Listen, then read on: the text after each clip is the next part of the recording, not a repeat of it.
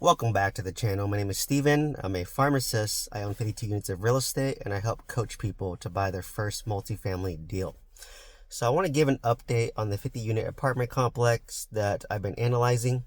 So this is a 50 unit apartment complex in Enid, Oklahoma that I actually walked in person about 4 years ago in 2021, but I decided to buy my mobile home park instead of this full Section 8 housing complex. And that owner, he actually sold it to a doctor who offered less than I did. Right, I offered him he wanted 2.5 million.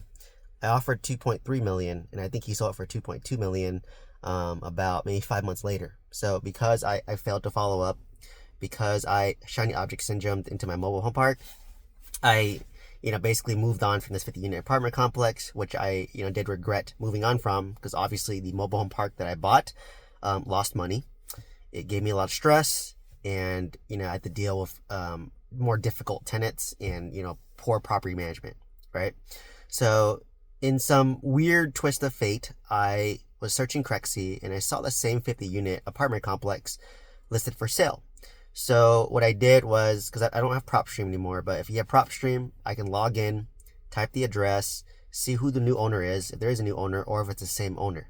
So what I did was I looked up the tax record and saw that it was sold in March of 2022 to a new group for $2.2 million. That's how I knew the price. And if I had PropStream, I could log on, do the address, I can see what the loan is. But I'm assuming they put 25% down.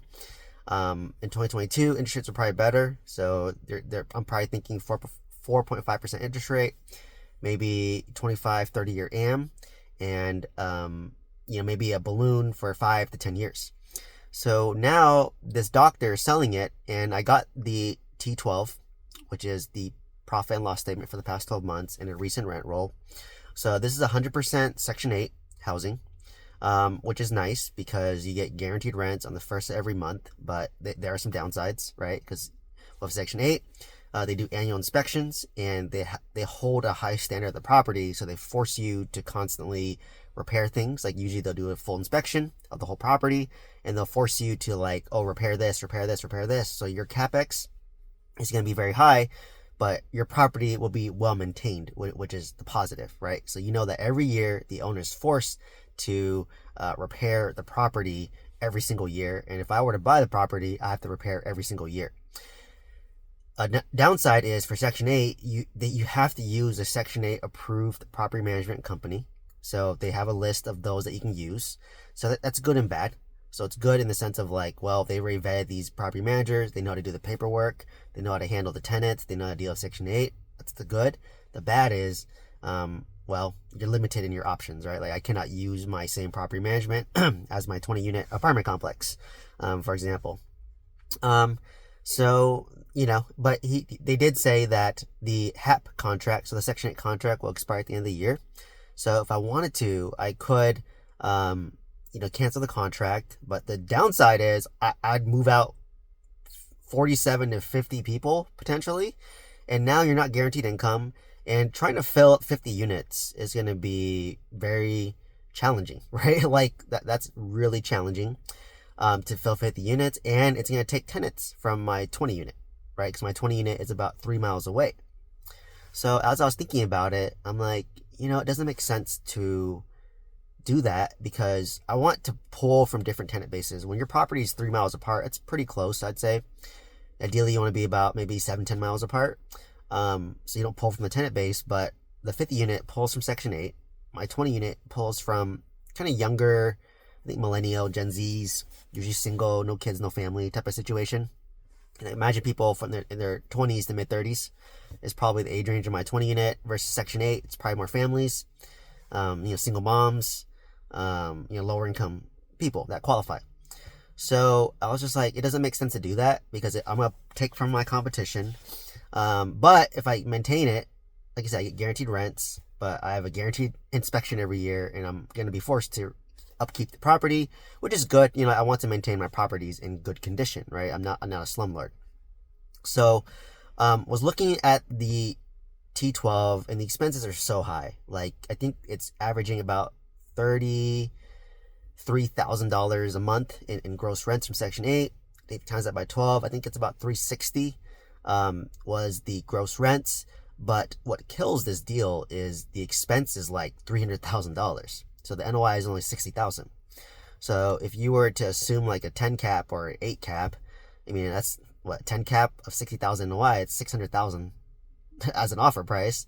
If you do an 8 cap, maybe it's closer to $1 million, right? But they bought it for like 2.2 million. So I just said, okay, like if I were to take over this property, like what expenses can I lower?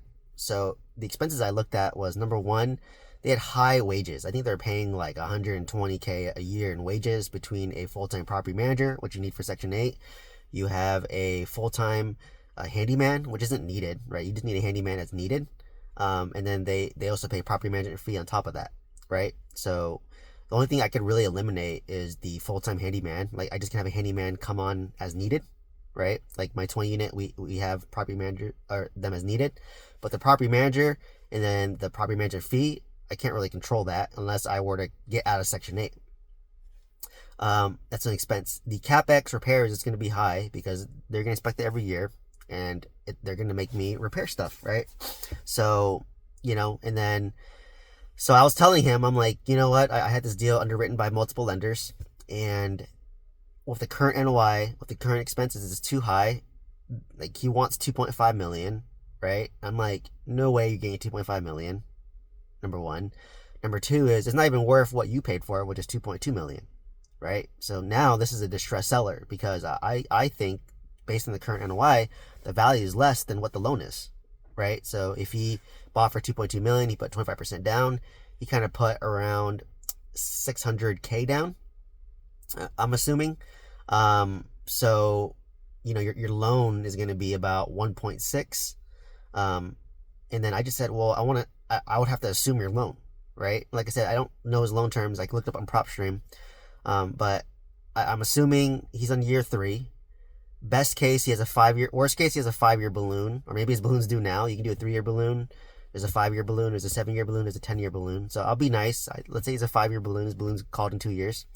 Worst case, best case is he has a 10-year balloon. His interest rate's probably 4.5%. So I just said I would assume your loan, right, of $1.6 million, and then I'd want him to sell or carry second the rest of the money so that I have a lower down payment, right? Because I have to stabilize this property and this asset. So the broker who's been calling me every day, and I'm surprised. Usually brokers are not this motivated. I know they're desperate. I know they're desperate at this point because brokers never call you every single day.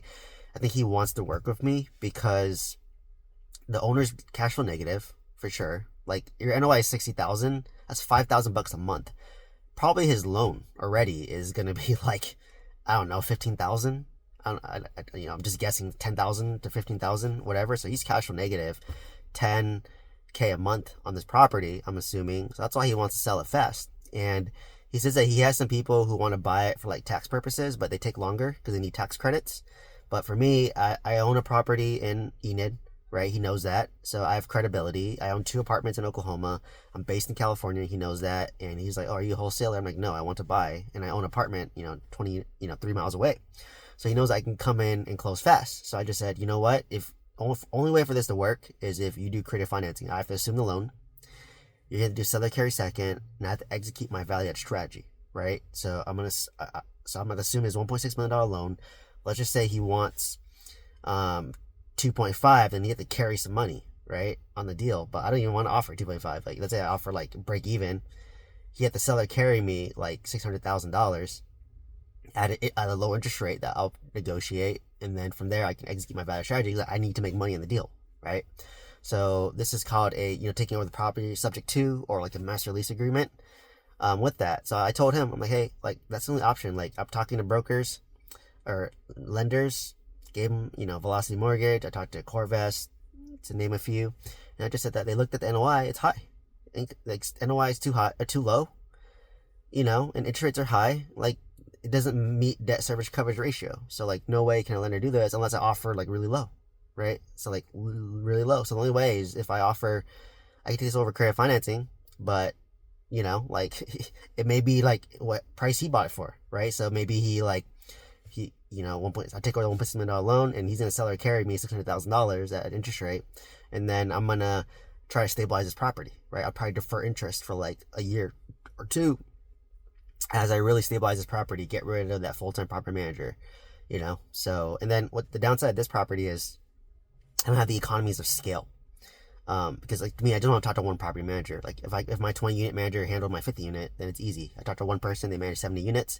I can negotiate better rates because they're managing 70 units for me. So I can negotiate, instead of paying 8%, can I pay 6% because you own so many units, right? Or you manage so many units for me. So give me a discount type of situation. But I'm not sure if they're approved for Section 8. I mean, certainly they can be approved. So yeah, that's quite interesting. I talked to my property manager about this deal. She knows about it. She's actually been there before herself. She said that there was a lot of construction there about 4 or 5 years ago with the prior owner. But she said that like it has a little bit of a bad reputation because, the cops are there frequently. It is quote unquote the projects type of situation. So, you might have some, if you have 50 tenants there might be some bad apples, and maybe situations happen and the cops are there. So it doesn't have the greatest reputation. But she knows that like, it's Section 8. There's a lot of paperwork. You need an approved property manager. So, it's going to be a little bit more of a deal, more of work put in there, right? So, to me, I just make offers that make sense for me, numbers wise. If it doesn't make sense, then, I move on. And this will happen to me in my mobile home park. Like I sold it for $100,000 loss, and I had to sell or carry second, like $450,000 at like a 5% interest rate, which isn't that high, right? But that's the only option I did because I was cash flow negative $10,000 a month. So I've been in that distress situation. So I know that like you have to take basically my terms. I can negotiate my terms and my price, right? Because it has to work for me, right? And this needs to work for me. I can take over the loan. I can pay you interest rate, and then hopefully I'll execute my value add strategy and do that. And then so he said he's going to talk to the seller and basically pitch creative financing, and he'll email me back with the current loans, and I'll see what offer makes sense to me, right? But like I don't think I can really do much on this deal. Like he said that the NOI could be $200,000. So basically he's saying that the income is 360. He thinks the income could be about 160. I think it's a little bit ambitious. Like I would say on this property, expense would be minimum 50%. So it's gonna be, in my mind, it's gonna be, if your total income is 360, it's best case is 180, but realistically it's probably gonna be like 200. So your NOI is gonna be about 160, right? And that's your best case scenario. So because I know Section 8 is gonna come in and they're gonna make me do a bunch of like capex, but technically you can carve out those large one-time expenses from your NOI. But hey, like I know I'm gonna have these expenses, so like I'll bake it in, right? Like into my expenses. I'm not gonna like tease it out. So, that's kind of my thoughts. So like for me, I would, if I were to take over this property, I would hope my 20 unit property manager is Section 8 approved. Number one. Number two is I'd get rid of that full-time maintenance person. Number three is I would, basically try to like lease this up to 100%, because I'm sure there's a wait list of people wanting to get Section 8. Number four is I would, really try and negotiate the Section 8 expense and wages, because, that's what's killing the property. And then other than that, I can't control anything else, right? Because I have to fix things up when Section 8 inspects it annually. Insurance is going up in that area. I know that. Property tax is going up and needed. So labor is more expensive now. So yeah, it's a tight squeeze, right? Like, and like I said, if I offered like with a DSCSR loan, like my offers would be less than like what his current loan is probably, right? So like I said, and if he denies my offer, I just play the waiting game. This guy's in distress. I'm in no rush. I don't need to buy this deal, right? I'm happy as I am. I can wait. And like I said, I think in middle of 2025 to 2026, you're going to be able to buy multifamily deals at like 50 to 60% off, right? People are going to get foreclosed on. Banks are going to take it over, and then you can just buy it at a discount, right? So that's why I'm really reaching out to these local banks. I'm going to look at what bank that has a loan for this property, right? It's public information if I go on PropStream. And I'm going to reach out to that bank and say, hey, you guys are financing this property. Owner seems distressed. If you foreclose on them, reach out to me, right? So that's all I do. I just sit back, I wait, I relax, and then That's really all it is, right? That's the name of the game. That's how you make money in real estate. You just be patient, have your money, know what a good deal looks like for you, make offers that make sense for you, um, and make your offer. If the offer doesn't make sense, know who their lender is, and then follow up with that lender once a month, right? And the owner once a month, right? So that's what I would do. I'm going to make an offer. They're not going to be happy with the offer. And from there, I'm going to follow up with the owner once a month or once every 2 months. I'm going to follow up with the lender, maybe every 2 months. I can look on prop stream, see if they're foreclosed on, but people are getting foreclosed on, they basically stop maintaining stuff, but with Section 8, you're forced to maintain, right? So this one's not going to be as like deferred maintenance as other deals, which is the positive of it. So, that's kind of my strategy. That's kind of my mindset. So hopefully you found value from this update on my 50 unit apartment complex that I'm trying to buy. That's 3 miles away from my 20 unit apartment complex. I talked about the pros, I talked about the cons of Section 8, and I kind of talked about my strategy if I were to take over this deal and kind of my thought process in the negotiations in terms of the offer. And I want to document my journey for you guys so you guys can learn, right? Because I wish I did this when I bought my 20 unit, when I bought my 26 unit. This was like pre me talking about it on YouTube.